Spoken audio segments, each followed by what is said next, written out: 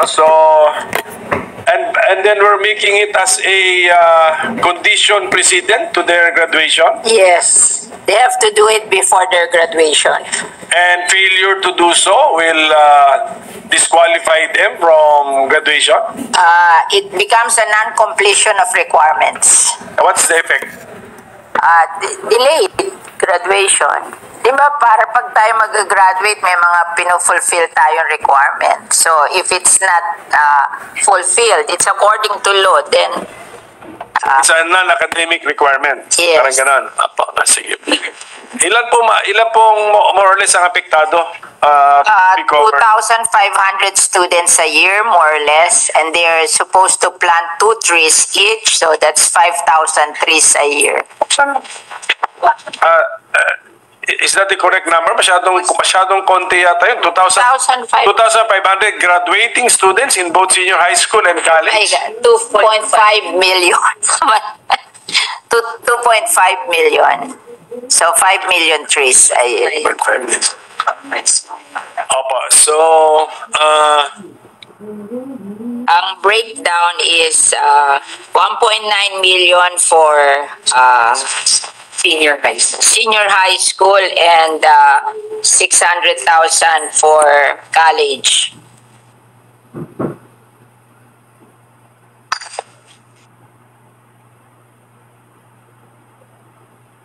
bakit po sila ang naisip natin na bigyan ng ganitong obligasyon? It's more manageable, and at the same time, it's a good thing for them to remember that they will have to, in their lifetime, they will have to support the protection of the environment because they learned it from school, di ba? So, yun ang beginning ng career nila. Kasi hindi naman lahat ng senior high school students magka-college, di ba? Yung iba mag-work na, and then the college students, of course, will work. At saka ano nila yan, parang group activity na rin yun. Yes. Parang maging school activity or class activity, maging it's camaraderie, bonding, o part of the graduation activity. field trip, Yes. pwede pong isama. Opo. Yes. Hindi po natin naisip na gawing obligasyon din ito ng any other group of people or maybe... Parang mas madali ang i-manage ang schools, di ba? Other than other, and then they're kind of medyo mature na. Kasi kung young children, baka maging unruly, maging hindi safe. Yes, we have some safety issues here, and I believe we gave the responsibility to ensure the safety of the students to a certain agency or to the school. Kasi meron sa bill natin, meron tayong parang division of labor. Yes. At saka, nung binigyan yata ng mandate ang DPWH at DOTR to tree planting, hindi magulo Parang pinakamagandang i-manage ang school. Sige pa. And then we have some exemption for persons with disabilities. Yes. And then sinabi natin that the exempted PWD student, the responsibility of that exempted PWD student can be assumed by either by the educational institution's respective teaching or non-teaching staff and or any other volunteer graduating student. How about the parents or some family member? Can they all siguro ilagay rin natin yan. So should a parent or a family member want to be the proxy or representative? Yes. That's welcome. If they so want we will allow that. So yes. I hope for in the amendment. Yes, thank you, ma'am. And then ito pong nasa page 6, line 24. One of the obligations of the educational institutions, bali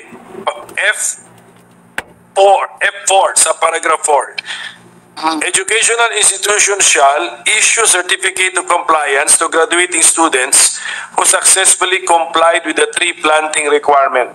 Yan Can ay we- sinasabi yes. natin na Can we- they cannot graduate without this. Can we make sure that the issuance of the certificate of compliance would be free? They will not impose any fee. No, no. No. Can we make sure, ma'am? Can we Yes, make sure, yes. Your Honor? Apo. Kasi ang mag-spend for the trees would be DNR. Meron silang source, No, yung kanilang... the certificate, Yes, no. No. the certificate must be free. Yeah, we can indicate that. Yes, opo. Eh, Opo.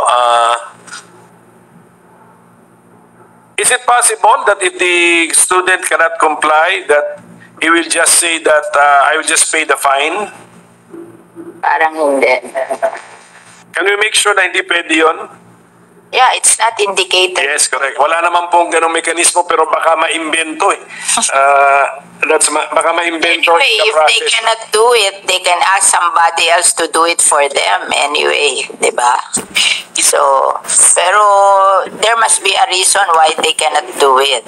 We should not encourage the normal students not to do it because we're doing it for a reason, to open their minds to environmental protection. Whose responsibility is it to make the activity attractive and appealing to the students in such a manner that they will be psychologized into wanting to participate? Kanino responsibility ko yan? Collaboration of the school, DNR, LGU, and who else? I think So, nasa packaging kasi siguro ng group activity po yun. Yeah. Now, just a suggestion on page 7, lines 3 to 6 on section 9 on the role of the private sectors. Can I ask that the section be Ano? rewritten or rephrased, Mr. President? I-revisit lang po natin. Medyo I find it awkwardly written, Mr. President, section 9.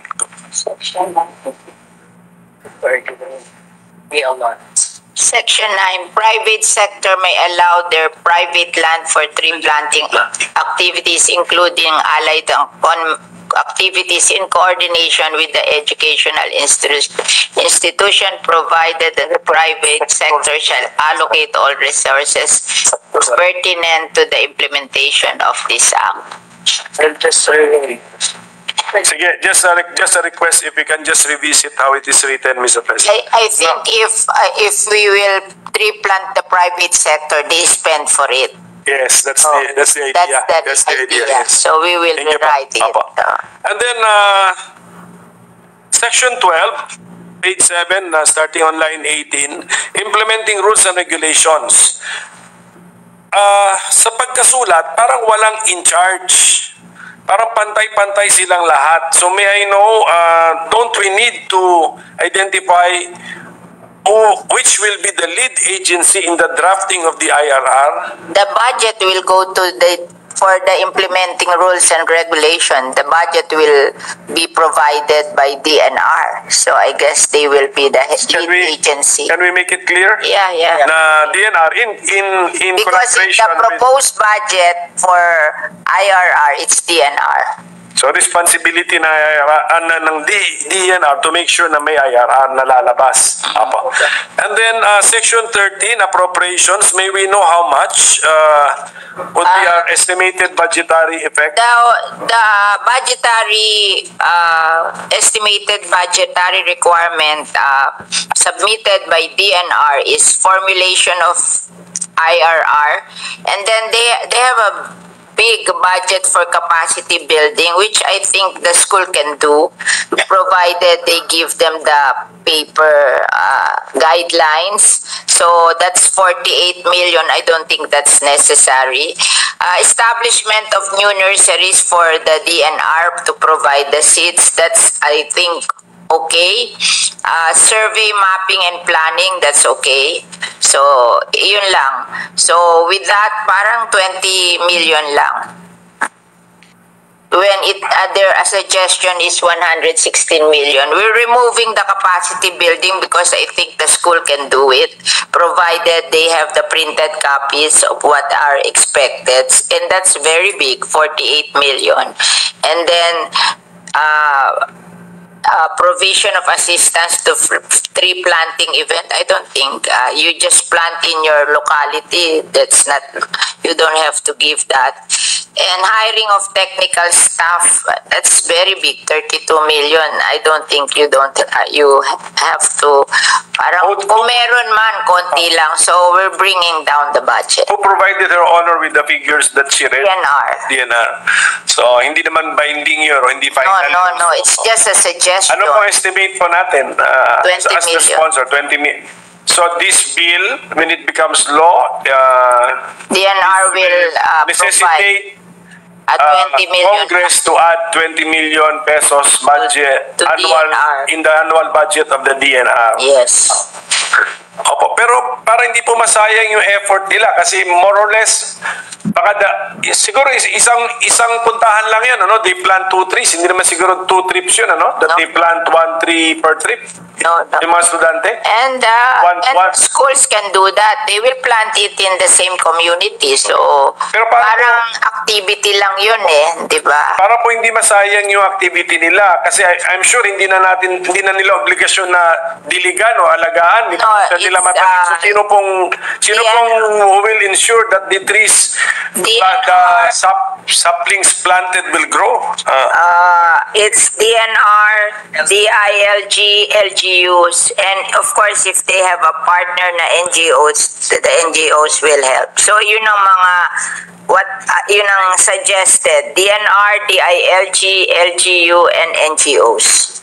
Hindi po ba meron na tayo programang parang ganyan na magtanim, di ba yung National Greening Program? Successful po ba yun? Ang National Greening Program natin, DNR ang nagpo-provide. So it's a government effort. This one is parang requirement for graduation and maraming kasali. So iba yung national greening. In fact, ako nga nalakihan ako doon sa budget sa national greening. Pinalipat ko yun sa legislated protected area. So lahat ng legislated protected area merong protected area management board. So it can be supervised kasi minsan ang laki-laki ng budget ng national greening tapos wala namang natatanim. And it's the same DNR. Paano po yan? Napahawa? No, this is with the school. This is a school requirement. But still, they cannot execute this without DNR. And DNR is expert with the National Greening Program decades. Pero kasama dito DILG, LGU at saka NGO. They can have an NGO partner. Alam mo pag indigenous trees, yung native trees, for example, inaalagaan ng DNR sa kanilang nurseries. They have a list here of their nurseries. Let me read to you. Mahaba po yan. Species to be planted. Ang indigenous trees, bamboo, coffee, cacao, other fruits, timber, and rubber. And they have a list of... Do they have enough seedlings to provide all the students graduating elementary, high school? 5 million. Eto, may list sila ng nurseries They have 2 nurseries in NCR. In CAR, they have 21 nurseries. In Region 1, 9. In Region 2, 18. In Region 3, 14. Calabarzon, 12. Mimaropa, 12. Region 5, 9. Region 6, 11. Region 7, 7. Region 8, 12. Region 9, 9. Region 10, 11. Region 11, 13. Region 12, 8. And Region 13, 11. And they want to build new nurseries, 50 new nurseries amounting to 15 million pesos. Alright, are there enough seedlings Yes. available to provide all these graduating elementary high. Ito daw ang kanilang 5.985 million a year with these nurseries. Almost 6 million seedlings a year ang production nila. Ito, current annual seedling Provide all the production. graduating students. Yes, because there are only 2.5 million to 2 trees per student. That's 5 million. They produce more than that. And they are building another 50 nurseries. Of course, these students will not pay for the. No. It's DNR By the. who will provide for the seedlings. So, Do you know how much a seedling costs? magkano? 12 pesos daw 12 pesos. So that's 24 pesos per student. per student. But it will be produced by DNR. Where did these funds come from? From the No, they have nurseries na. Existing nurseries. Okay. And this is their production every year. 6 million. Do they sell all some seedlings? No, because we really plant trees, diba? The greening program. Every, dati, lahat greening program, but now, a portion is given to the legislated protected area for their greening program. Kasi mas gusto ko yon merong protected area management board, may nagbabantay. And then, a portion also goes to regular national greening program. Right? Thank you, Madam Sponsor. Third Minority Leader may continues. Yes, Mr. President, this is actually very good idea. That's why hindi na siya bago. Tagal na naisip. Actually, meron pala tayong Arbor Day law. There is a law. Can I read down the section? RA 10176, Section 8, planting of trees. All able-bodied citizens of the Philippines who are at least 12 years of age shall be required to plant 1 tree every year. So, ano ito? Parang dead letter law. So, itong gagawin nating batas, baka naman maging... Kaya nga sa school natin ginawa a requirement for graduation Parang mas ang laki nung kapalit Baka Do we have an existing law? existing law. ito Is that kasi being implemented? puro So, we're asking the DNR. I think it's also the DNR. Is it the DNR which is the lead agency? And then ito pa po, Mr. President. Although supportive ako sa bill, I mean, napakaganda ng idea. Pero we have also... LGU to Kaya minsan mahirap mag-implement pag hindi type ng LGU Kasi ang mga puro gobyerno ang magpa-participate dito sa atin school, and it's a requirement for graduation. Baka mas effective to. Okay, kasi I'm just worried, Mr. President, kasi yung Arbor Day, batas din po yun, no? So, Pero ang nag-i-implement local sanggunian, DNR, plant industry, DepEd, Interior and Local Government, Higher Education, Department of Agriculture, DAR, Public Works, Tourism, PMP, Armed Forces of the Philippines, Philippine Coconut Authority, Civic Organizations, SK, Liga ng mga Barangay, and Media Association. Parang mas madaling implemento kasi school to and requirement for graduation. Sabi ng dete. and then just for the record, Mr. President, we have an executive order, February 24, 2011, executive order number 26. Ito na po yung declaring an interdepartmental convergence initiative for a national greening program. Nandito na rin po yung section 3.1.1, all students identified by the DepEd and CHED and all government employees shall be individually required to plant a minimum of 10 seedlings per year in areas determined by the Pag hindi ginawa, Right. punishment. Ang sabi rito, Penalty. ito na po yung worried lang ako rito kasi nabanggit kanina yung mga NGO, yung 3.1.2, with appropriate assistance from the government and the private sector, the people's organizations, POs, shall be given the primary responsibility of maintaining and protecting the established plantations. Yun yung tanong ko kanina eh. Hindi So, people's organization. Ang main is DNR and DILG.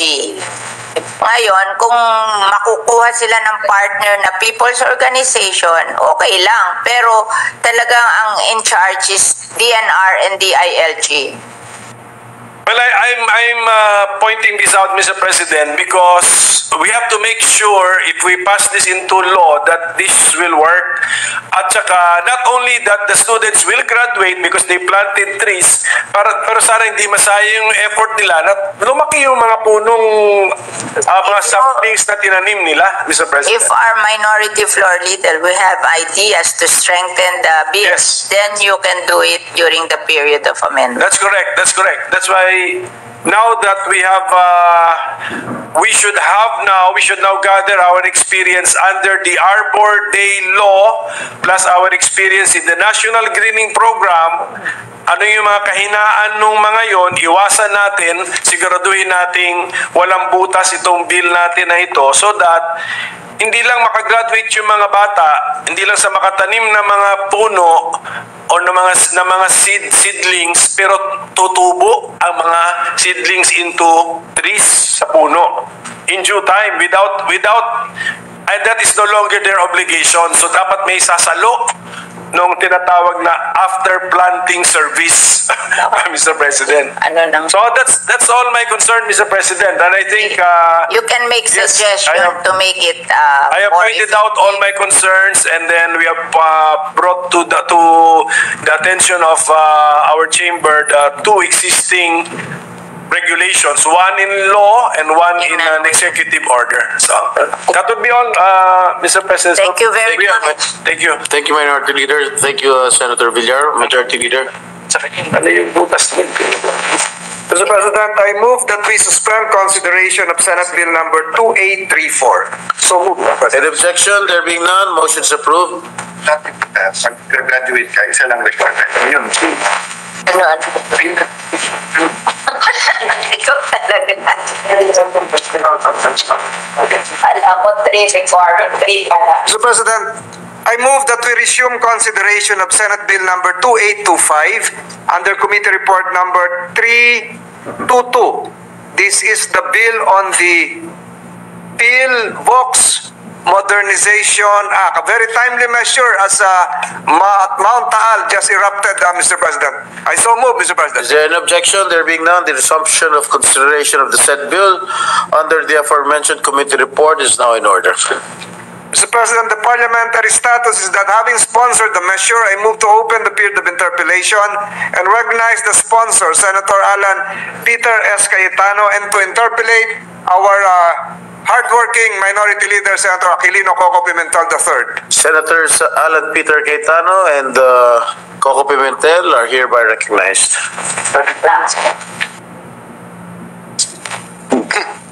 Good afternoon, Mr. President, Majority Leader, Minority Leader. Sir President, before we start, while we're waiting for the leaders of the Department of Science and Technology, let me lang... Nandiyan na sila. They're already here. Okay.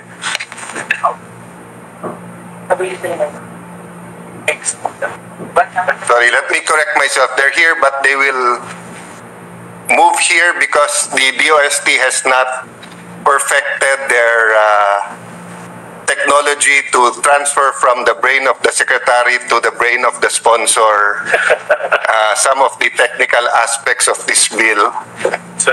But while they're moving in here, Mr. President, can I extend the warmest regards and welcome to our dear Secretary Renato Solidum.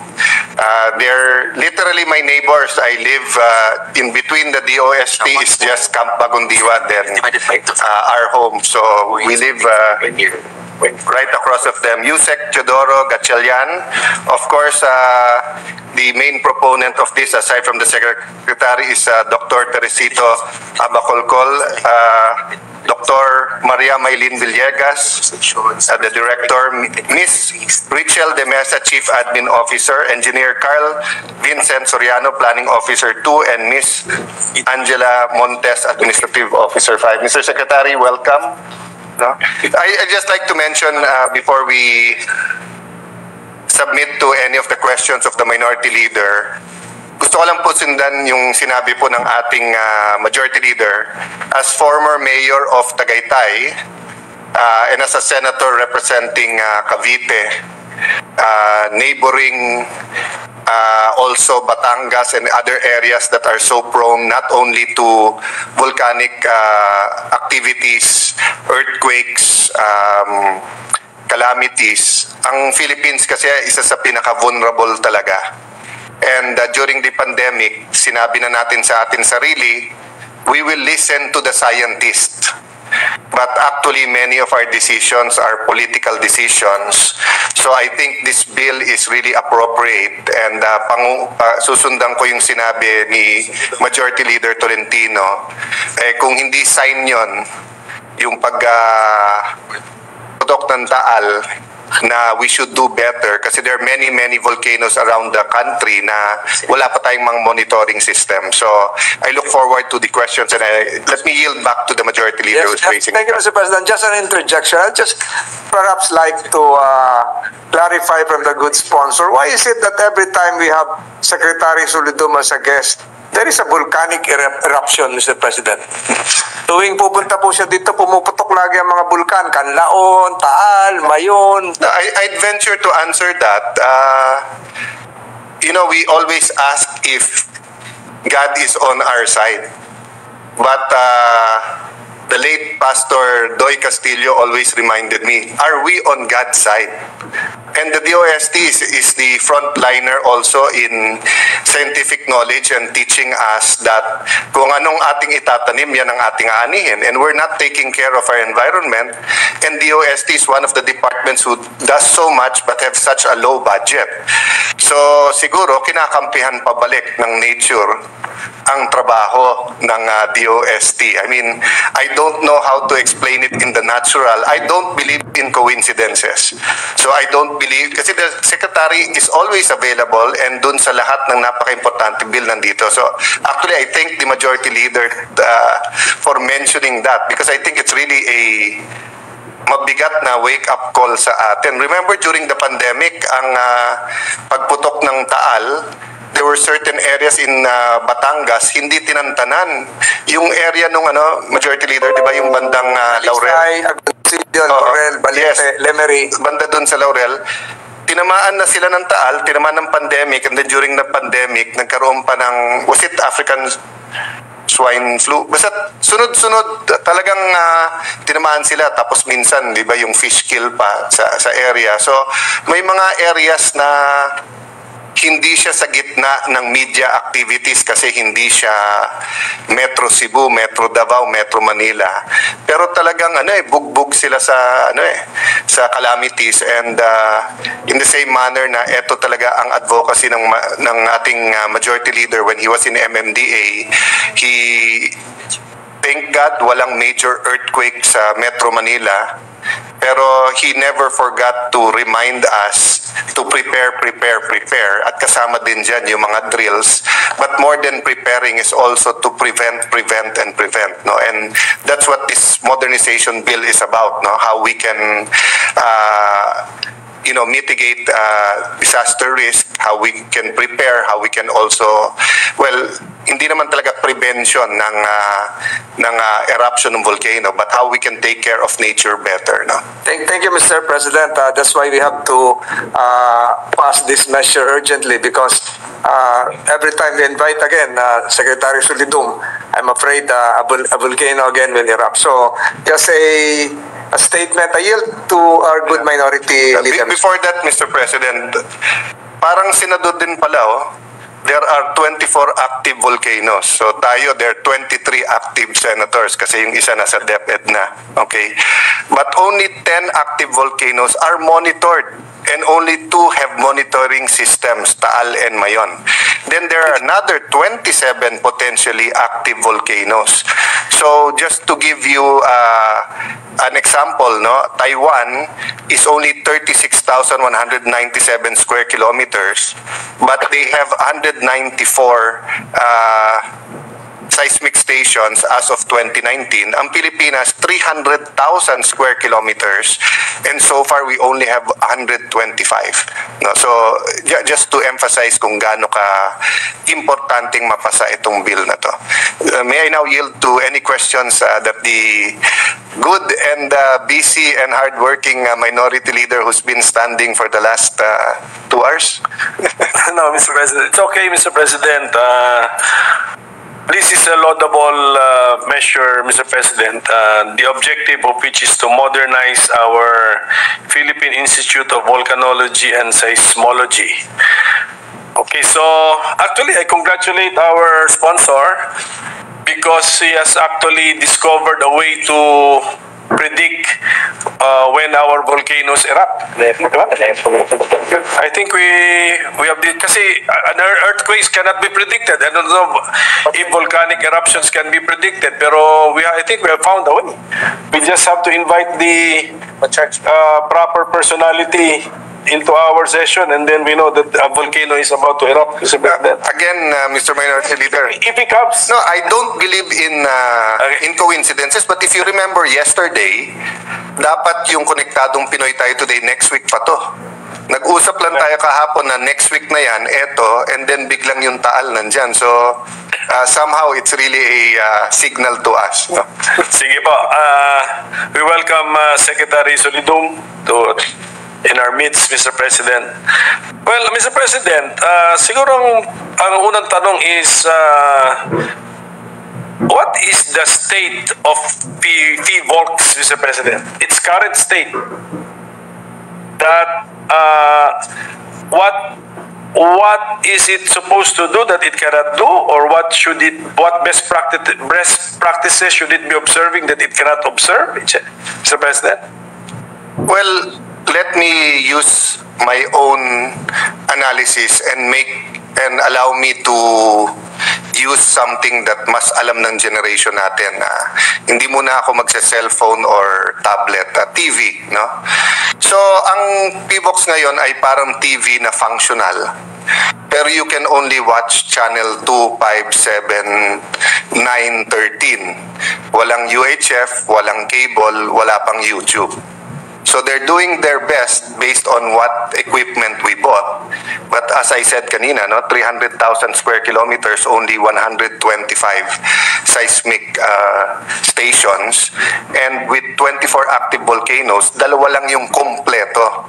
And we will, with the permission of the Minority Leader, insert into the records or show, maybe before we vote on this, may ibang volcano na pagka nagkaroon ka ng pagputok or eruption, yung travel in that area, yung air travel for example, maapektuhan. Correct. So whether we talk about movement of people or goods or even communication, their safety, etc., napaka-far-reaching nung bill na to. So I would really, it's just like what Pag-asa was 10, 15, 20 years ago before the modernization. Parang they're functioning, they're helping, they're doing the best that they can.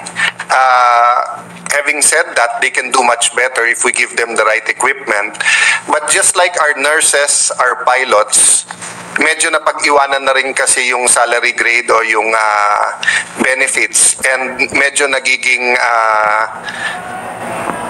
in demand sa buong mundo ang certain qualification or fields, no, ng profession or background na kailangan natin dito sa PVOLCS. So pag hindi natin to in-adjust,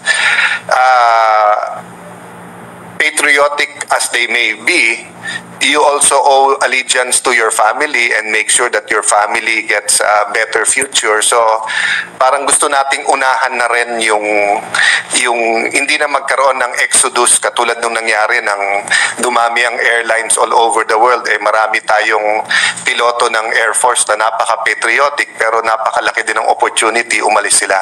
So that's the only thing I can add, Mr. Minority Leader, Mr. President, na basically, it's a modernization bill. It's a coordination bill. It's a bill that provides for master planning. But more than that, it really tries to, as much as possible. I mean, if tatanggalin natin yung salary standardization, better. But we won't do that. And hindi rin naman sila unique, di ba? I mean, there are certain talagang areas where technical people are in demand. So, but we're trying to at least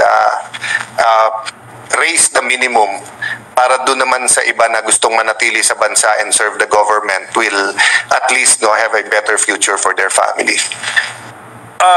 So the sponsor mentioned that the Philippines has an area of 300,000 square kilometers with only 125 seismic stations.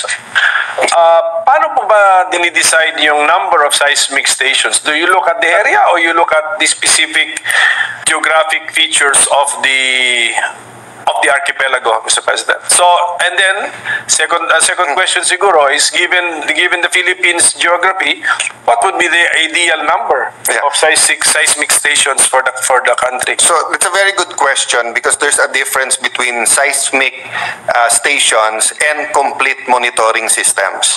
So for the seismic stations, you really look at the area, and then for the complete monitoring systems, of course, you look also at the circumstance, di ba? Kung may active volcano, for example, doon. Tapos, because they have to also use wisdom, pagka mas active and then mas urbanized, mas binibigyan din ng priority. So, the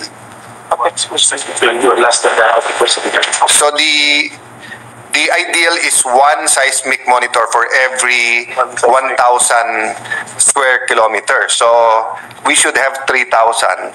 So we should have 300 seismic station. But if you look at Singapore, I mean Taiwan, they went over the ideal. So they nag-over sila. I would assume like Japan na maraming. What's the function of a seismic station? What is it? It registers earthquakes and it will be able to plot the epicenter accurately. And yung sa immediate, syempre yung pag nalaman mo yung epicenter, yung warnings then for example sa aftershocks. Diba? So, for example, lahat tayo, I think we remember where we were nung malaking 1990 na, diba? Then, of course, while Baguio was heaviest hit, it was Nueva Ecija was one of the epicenters. So, it's just easier to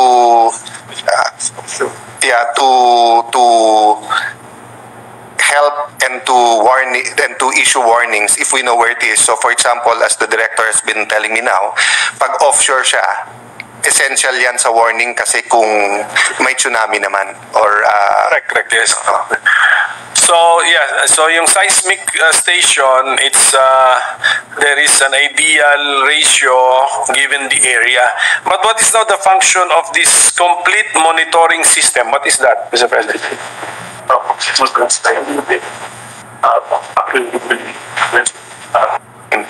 Ito naman yung will be able to accurately predict the when and or the around what time and what kind of eruption yung volcano, di ba? Kasi nga ang Pilipino nasanay na visual di ba?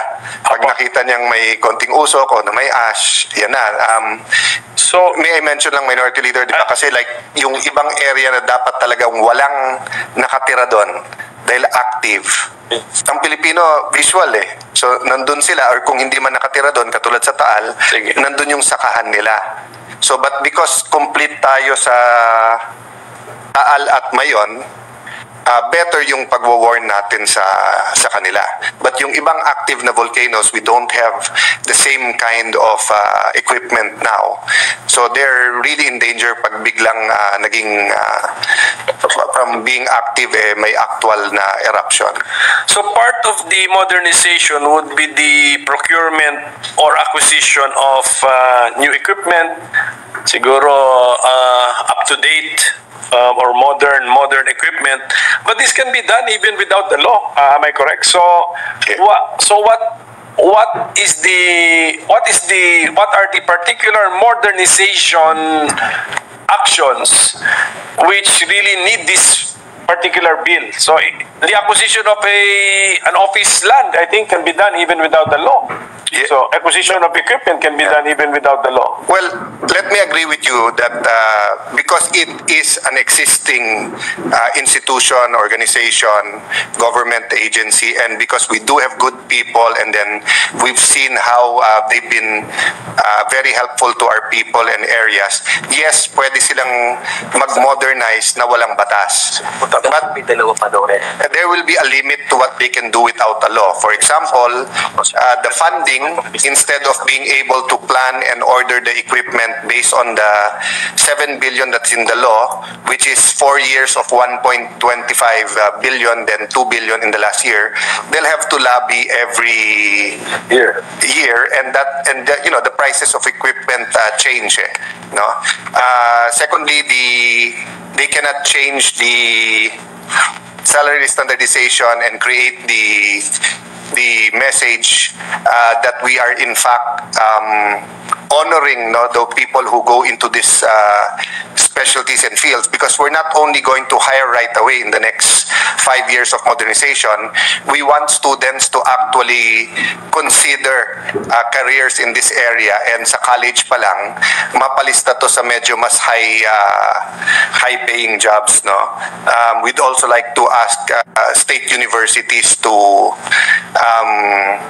promote certain areas of this. No, it will also expedite the acquisition of necessary seismic instruments and other critical instruments. No, in many ways. No, because of the required master planning.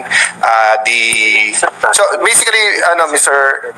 Minority Leader, Mr. President, it provides a framework. No, so meaning without the law, may modernization, and siguro the secretary and the PVOX will draw up something, but with the law, it's basically becomes a policy, and the framework is clear to everyone. No?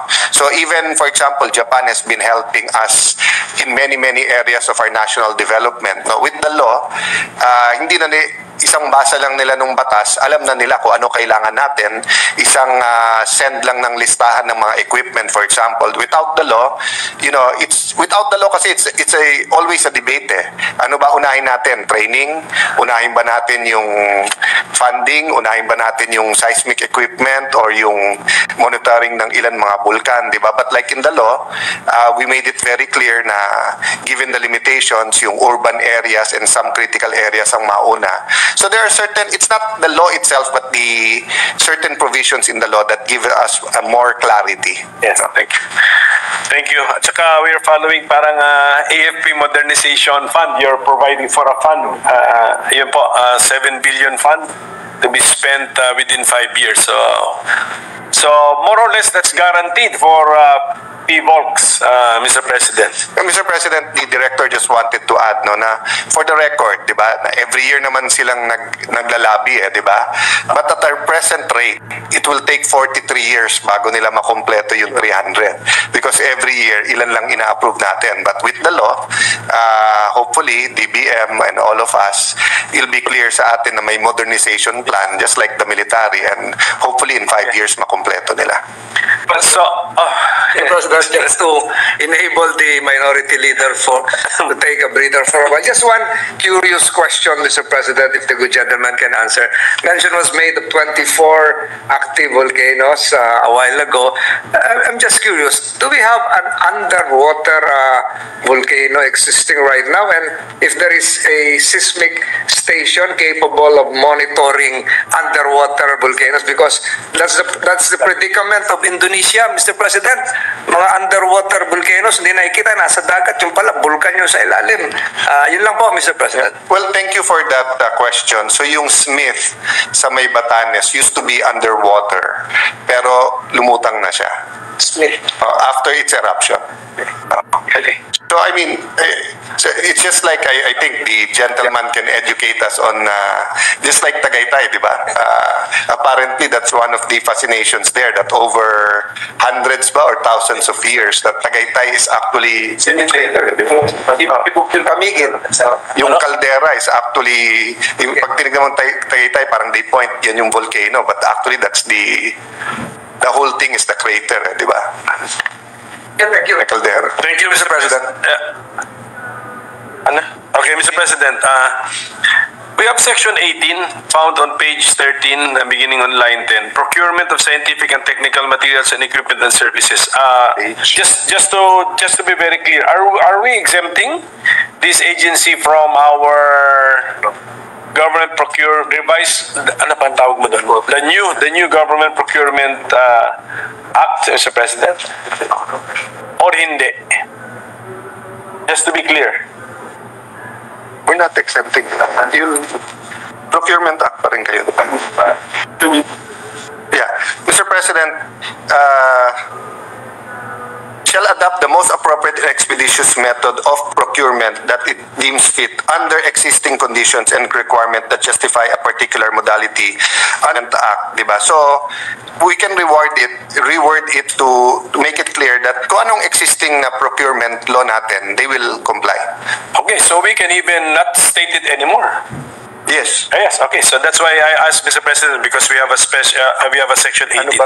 How about section 19? Entitled Simplification of Documentation Requirements. Saan po ito applicable, Mr. President? Yung section 19 po, page 13 din po. Ayan. Okay. So Mr. President, just to again to clarify section 18, no? Yes, sir. I think sinunod lang siya sa tax exemption. So just to state na pagka-donation kasi ng equipment, di ba? Maraming minsan na-turn off sa Pilipinas na sila na nga magdo-donate ng equipment, pababayarin pa sila ng Is tax. this honor referring to 18 or 19? To 17. To 17. Then Okay, going to 18, we had some hearings kasi where question na why didn't you do this, why didn't you do that. So it's just really for emphasis that the most appropriate and expeditious. But as you said, it's redundant. I mean, Yes. it's obvious that all departments should do that, di ba? So I guess this is just more of an assurance to everyone that whatever money we give them, they'll make sure na mas, believe it or not, Mr. President, well, I know you even know this more than I know, but there are still departments who say failure of bidding. But failure of bidding is still not an excuse because in the procurement law, may kasunod yon pag nag-fail yung bidding, di ba? Part pa rin ng procurement yon. But I guess this was really just to emphasize na they will follow the law and they'll make it in the most expeditious manner possible. Yeah. How about section 19 po? What is this for? Simplification of documentation requirements. Sa donation ba to? Or Kanino to address customs? yeah. For donation din. Yun yung experience yun na nagiging tagal US.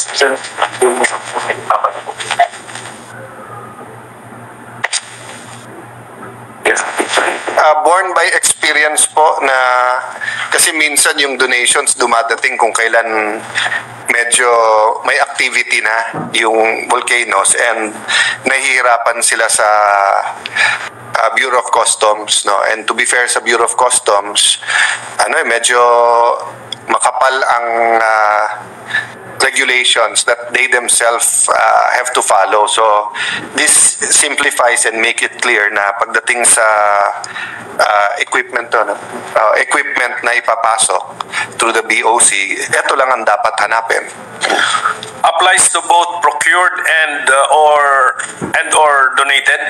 Yeah. Yes, sir. Tama. Maganda po to, Mr. President, kung ma-discover natin yung proseso or the legal provisions which will expedite release from the Bureau of Customs, we can actually, if this is the formula, we can adapt this so that yung mga donations po, kahit donations kasi sa calamity victims, nagtatagal sa customs. Kaya I mean, it's a disincentive to donors, to international donors, Mr. President. In a sense, Mr. President, this is will be an experiment of ours with the BOC. So kung sila din magsabi after this implementation na napadali din for them and naging klaro din for them, then in other areas, baka we can also do this in the law. No? I just hope Section 19 in the bill is was written taking into consideration the collective experience not only of PVOLCS but the other government agencies under the DOST, kasi isa yan sa yung DST yung may mga 17 na touch 17 ba yun, Secretary? 18 attached agencies. So I hope they all contributed from their experience. That I hope that we have found the formula so that we can expedite the processing and release of much needed, specially donated items for calamity victims also, Mr. President. So siguro, and this